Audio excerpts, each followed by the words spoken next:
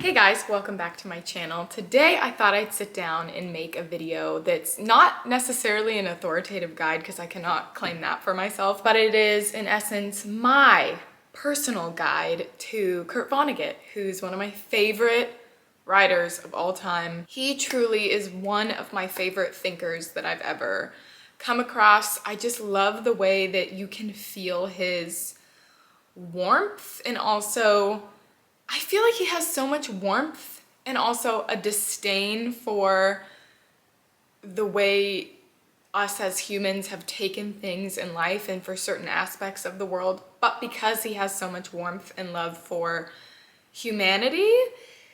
And I feel like that comes across so much in his writing, and I feel like he's so funny. I feel like he's so funny and he's so wise. Like, I love him so much. I love his works. I love his words.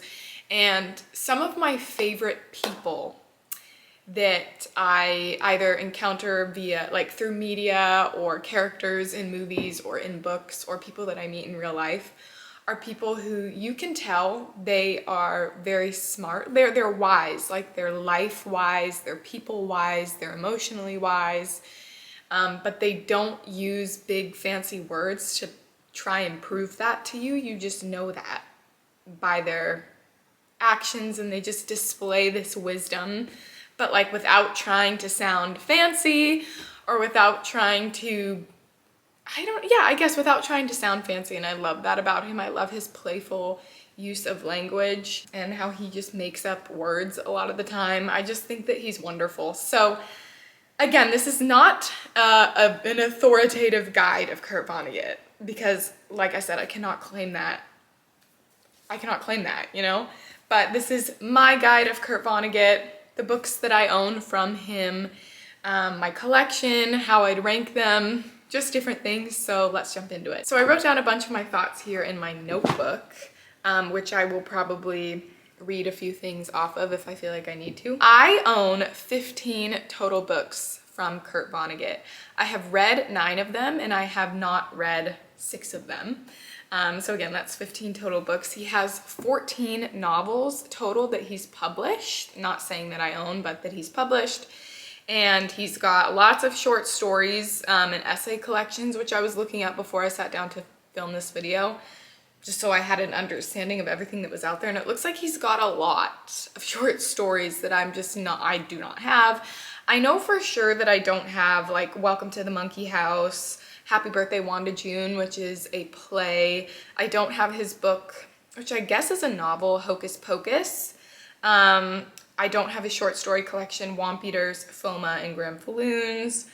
And there are a few other things that I haven't heard of before, but those are the ones that I was aware of that I didn't have. Again, I've read 9 of the 15 total books by him that I own. I'll try to hold them all up right now. So this is my total collection of Kurt Vonnegut books. So I guess let's start by going through and showing you which books of his I have read and have not read. So the 9 books that I have read by Kurt Vonnegut are right here. The nonfiction that I have here, it's If This Isn't Nice, What Is, which is a collection of speeches that Vonnegut gave at various graduations, or college graduations, high school graduations. My sister actually gave this to me a few years ago for Christmas, and I read through this in the week or a few days after Christmas that year, and I was crying while reading this, you know? I was just totally crying while reading some of these. I will say, because this is a collection of his speeches, it does get kind of repetitive. Like, you can see themes, and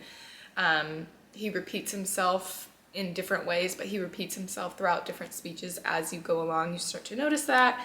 So just keep that in mind, but I still love this so much. If you love Vonnegut, I would totally recommend picking this up. I think, again, this just really shows his wisdom and his humor and how he doesn't take life too seriously, but also he understands, like, the true deep meaning of being alive, I feel like, without subscribing to any of these, like, anything that's superfluous or ridiculous that pops up in the world. I just think that he's wonderful. Another book that I've read by him is God Bless You, Mr. Rosewater. You know, honestly, I'm surprised this wasn't one of the more popular ones, or it didn't pop up when I Googled the most popular Kurt Vonnegut books, I, for some reason, thought this would pop up because when I was starting to get into Kurt Vonnegut, this is the one that I really heard about a lot for people online who really liked Vonnegut. But maybe that's just like a niche group of people. I have no idea. This is about Elliot Rosewater, who is a drunk volunteer fireman. And he's the president of the fabulously rich Rosewater Foundation. He is about to attempt a noble experiment with human nature with a little help from writer Kilgore Trout.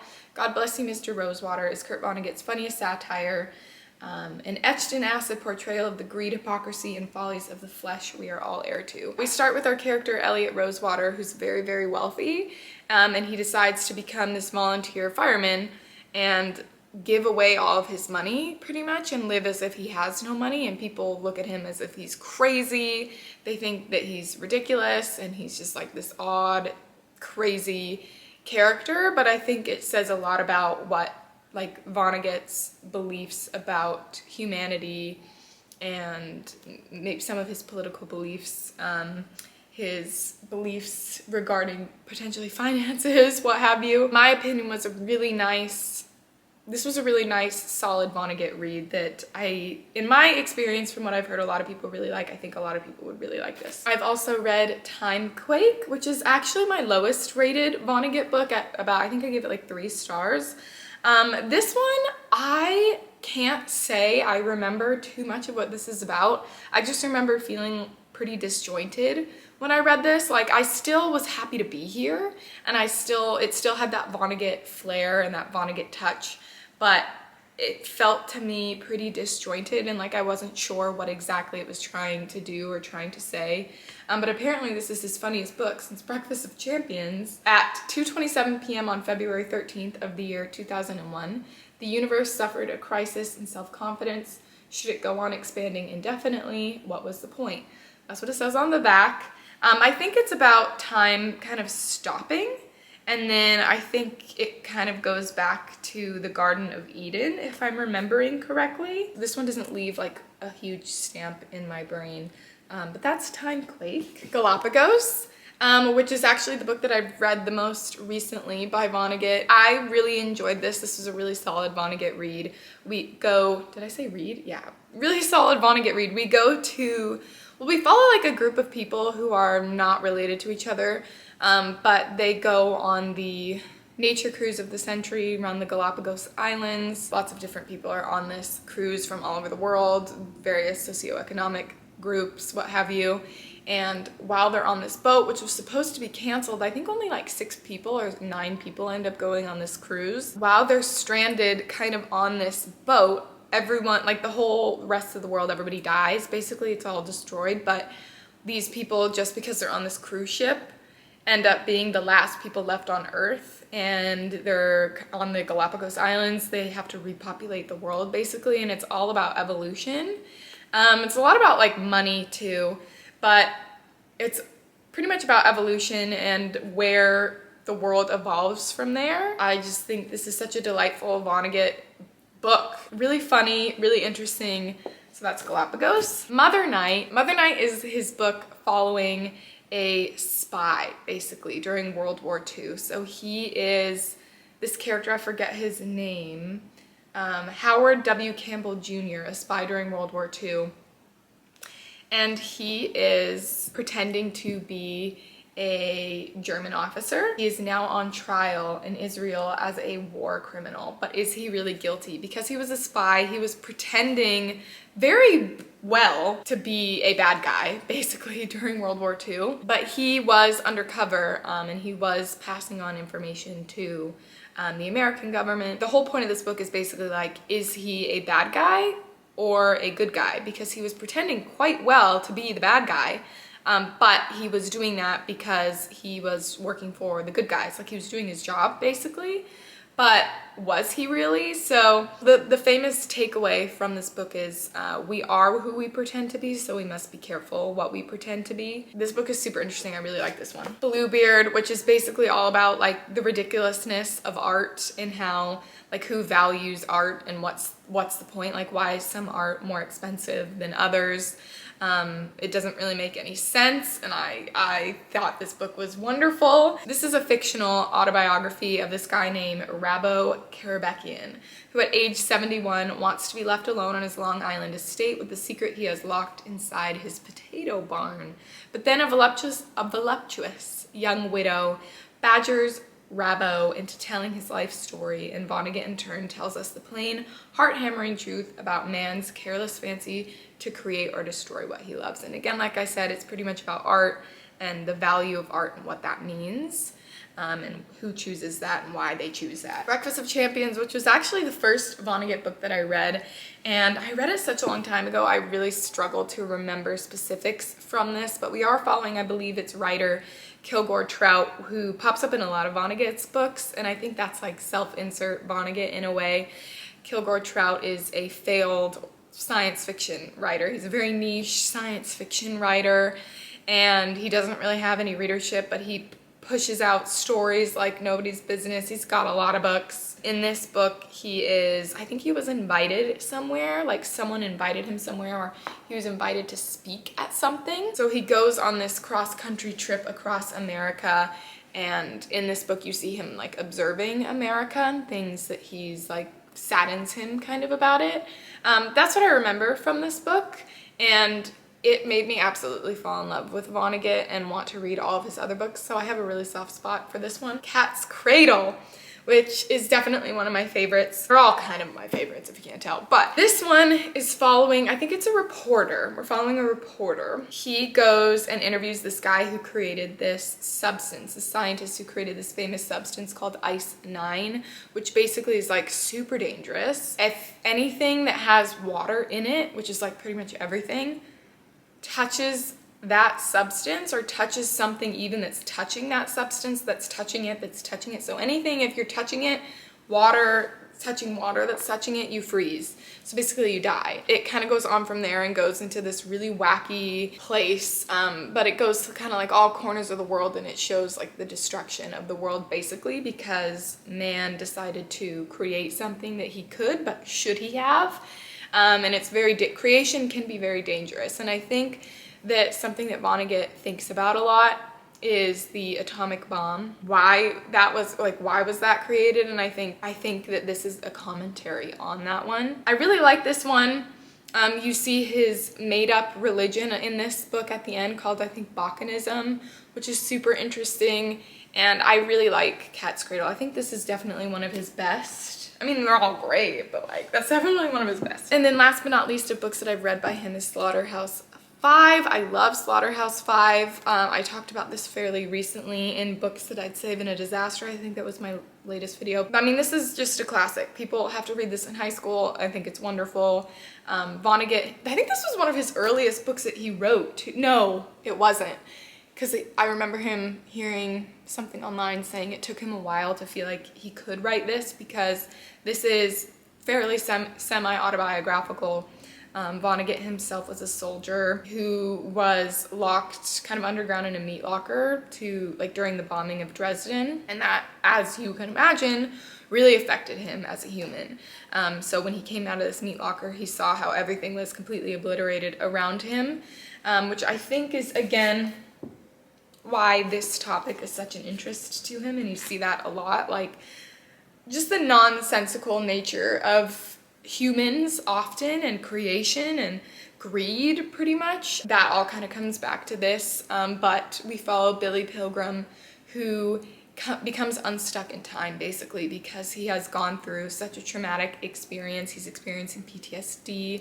He comes out of this crazy wartime to be like a common dentist.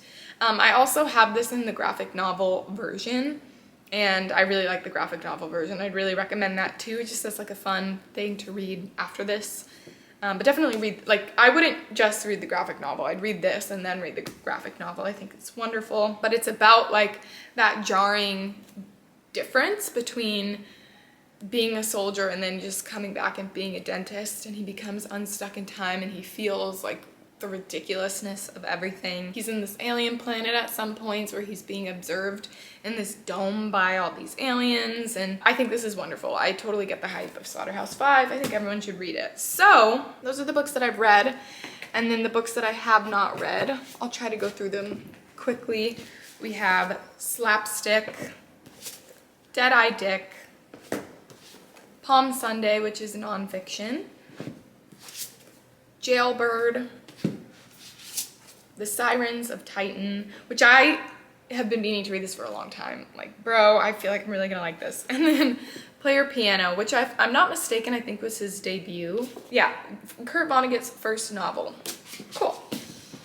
So those are the books that I have not read. Something that I think is really cool about Vonnegut, or something that he did, he was also a teacher, or I found videos of him online of him being like a professor or teaching, and in some writing classes that he taught, something that he encouraged all writers to do was to grade their work on like an ABC, D, E, F scale. And so he did that for his own work. I thought I'd walk through what he rated each of his books. He did this kind of in this book. So I don't have the grade rating for all of his books that he has done, but there are 1, 2, 3, 4, 5 of them that I looked up online, what the general consensus is of the grades readers and critics gave the books that he did not grade.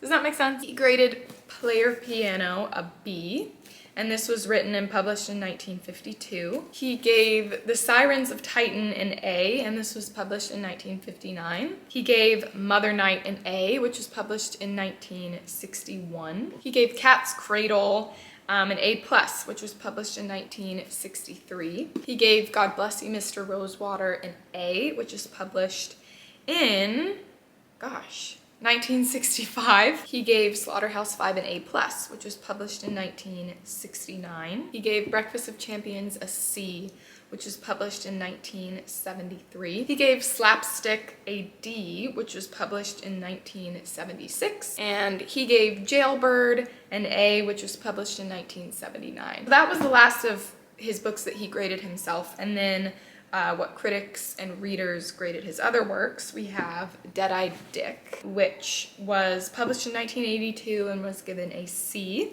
We have Galapagos, which was published in 1985 and given a B. Bluebeard, which was published in 1987 and given a B+. We have Hocus Pocus, which I do not have, that was published in 1990 and given a B. And we have Timequake, which was published in 1997 and given a B-. So those are all the gradings. So when I asked ChatGPT what the most popular Kurt Vonnegut books were and what the least popular Kurt Vonnegut books were, it gave me 3 most popular and 2 least popular. So I'll share that here. The most popular Vonnegut books, according to ChatGPT, are at the most popular Slaughterhouse-Five, then Cat's Cradle, then Breakfast of Champions, and then the least popular, according to ChatGPT, we have Slapstick, and then we have Dead-Eye Dick. Again, I haven't read those, I cannot speak to that. Now that I've shared all of everybody else's ranking, I thought I'd share my ranking, and I was going to try to do it in order of like favorite to least favorite or least favorite to favorite, but I just really couldn't do that, okay? I really couldn't do that, so I have like a tier system. So top tier absolute favorites, I have one I love for nostalgic purposes. I have solid Vonnegut, like this is a really solid, good 4-star read, love it. Kind of maybe 4.5. Like I think it's really solid, but it's not like an absolute favorite. And then I have one that's Happy to Be Here, and then I have just the nonfiction off on its own. So the nonfiction, of course, is If This Isn't Nice, What Is? His collection of speeches. For my Happy to Be Here, we have Timequake. Like I said, when I read it at the time, I gave it 3 stars. I was just not as in love with this as the other Vonnegut books that I read, again, because it felt a little bit like a disjointed narrative, but I still think it's great. There's still a lot of Vonnegut beautiful wisdom in this, and I'm so happy to be here. Happy I read this. I'd totally read it again. And then for solid Vonnegut, Galapagos, and God Bless You, Mr. Rosewater. So I think these are fantastic reads. Like if you like Vonnegut, you definitely have to read them. I'd still recommend them either way. Yeah, they're just not absolute all-time favorites for me for whatever, it's just the vibe, you know, but they're still like 4.5 stars. They could be 5 stars. They're like 4.5 stars. For my nostalgic section, we have Breakfast of Champions. And this is in the nostalgic section because, again, I don't remember all of it. And it was the first one that I read that really made me love Vonnegut. So I have a really special place for this one, but I just couldn't put it in absolute favorites because I was struggling to really remember a lot of it. And then for my absolute favorites, in no order, like in no particular order, we have Mother Night, we have Cat's Cradle, we have Slaughterhouse-Five, and we have Bluebeard. I just think Vonnegut is so special. I have been asked like a small handful of times where I'd recommend people start with Vonnegut. I mean, I'm happy to say Breakfast of Champions because that's where I started and it really worked for me and I really loved it. But if this is not something that you want to start with, I think that these would be the ones that if you didn't want to do Breakfast of Champions, because again, like I said, I can't remember that much of it, so maybe you don't have too much faith in this because of me, then I'd recommend either of these 4 to start with. So God Bless You, Mr. Rosewater, about the super wealthy billionaire dude who goes on to be a volunteer fireman and give all of his money away and people think that he's crazy for it. Cat's Cradle, which is about the scientist, like I said, who created this substance that brought about the end of the world. The made-up religion that Kurt Vonnegut made up called Bacchanism is in this. This one is definitely a crowd favorite. Mother Night, again about the undercover spy during World War II. Is he really a good guy or a bad guy? I don't know. Mother Night, this one's again another crowd favorite. All these are crowd favorites, honestly. Or Slaughterhouse-Five. I mean, a lot of people start with Slaughterhouse-Five. I feel like most people start here, and I think this is a solid place to start. Absolutely wonderful. Would totally recommend that. So yeah, either of these, I guess I would say, as my recommendations for places to start with. So to wrap this little video up, because I wanted to read some of my favorite quotes from Vonnegut, from some of his books, but like I said, I didn't annotate any of them because I'm stupid, so I didn't have any definitive way to go through and do that for you. One day when I go back and reread all these books, or from now on, any of his books that I read, I think I'm going to want to annotate. And then when I go back, I'm going to want to annotate as well, the books that I reread. So I have no way of picking out my favorite quotes for you. It's just a vibe. But I looked up some of his most famous quotes and sayings, so I thought I'd share those with you before we close out this video. One of his most favorite sayings, I'm sure if you know anything about Vonnegut, you've totally heard it, is "So it goes." And that popped up in Slaughterhouse-Five. Quite often online it says it's mentioned 100 times in Slaughterhouse-Five, and Vonnegut's characters say this when there's a death of some kind or when some sort of disaster happens. Like, so it goes, you know, like, here we are, I guess that's it, life goes on. The other quote that came up was, "Everything was beautiful and nothing hurt," which also popped up in Slaughterhouse-Five. So Billy Pilgrim said this, and it's displaying a longing for peace in like a really, unfortunately, brutal world. So I really like that. And then we have, "We are what we pretend to be, so we must be careful what we pretend to be," which, as I mentioned, is kind of the thesis of Mother Night. And then I really like this one. I actually wasn't aware of this, at least consciously, before looking this up. And it is, "Live by the harmless untruths that make you brave and kind and healthy and happy." I love that so much, and that pops up in Cat's Cradle, and I believe this is kind of a core belief of his Bacchanism religion, which, according to online, it embraces FOMA, which is another made-up word by Vonnegut, which he describes as comforting lies. And then my personal favorite that I repeat to myself all the time is, "If this isn't nice, what is?" And this I first noticed in Timequake, when our character is sitting kind of in like a lawn chair at a backyard barbecue, and he's just feeling good about life after you know, you living through life and experiencing disasters and upsetting things or whatever, just experiencing malaise or whatever the heck you're experiencing.